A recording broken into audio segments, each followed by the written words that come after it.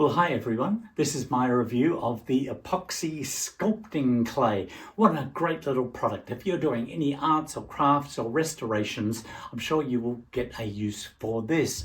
My hobby is making miniatures and terrain and little dioramas. My wife does restoration of antiques and various things, and we have been using this quite a lot. This is, in fact, I think it's about the third one we've been through.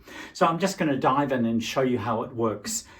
You get two punnets. You can get different size punnets. This one is about 8 ounces, but you can obviously get bigger containers if you're doing bigger things. But this is great for just the sort of stuff that we do. And like most epoxies, you're mixing part A with part B. You're squishing them all together, and that's when the reaction starts happening and they start to harden up. You don't need anything else. You don't need to fire them in the oven.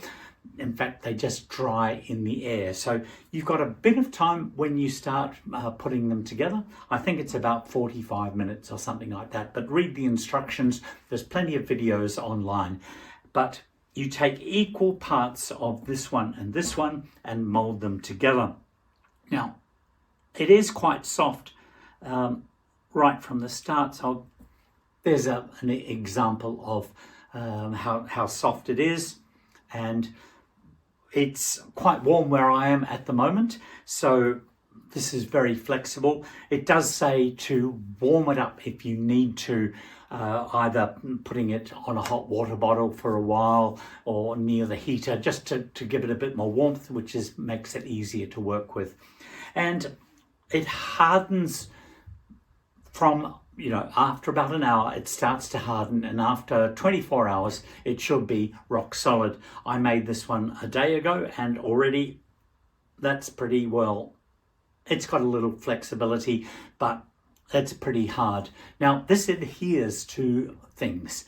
So once you've got your shape, you can squish it onto a repair to plug a hole, for instance, or to join something up. It will adhere to lots of different surfaces. Oh, I should mention, they always suggest you can wear gloves if you want to do it, but a little bit of moisture will stop it going onto your hands. Obviously, give your hands a good clean afterwards. Now, I know, and I don't have it here, they do provide in the pack that I bought some gloves to wear, but you should have some gloves around your house anyway.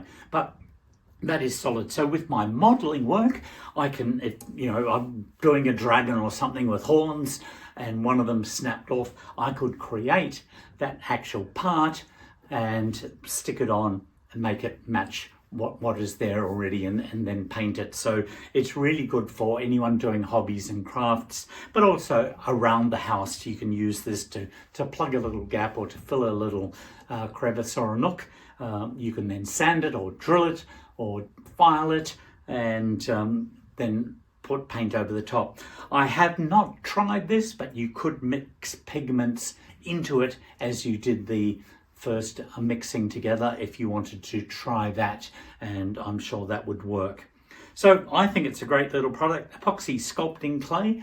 Why don't you buy one of the small ones and give it a go?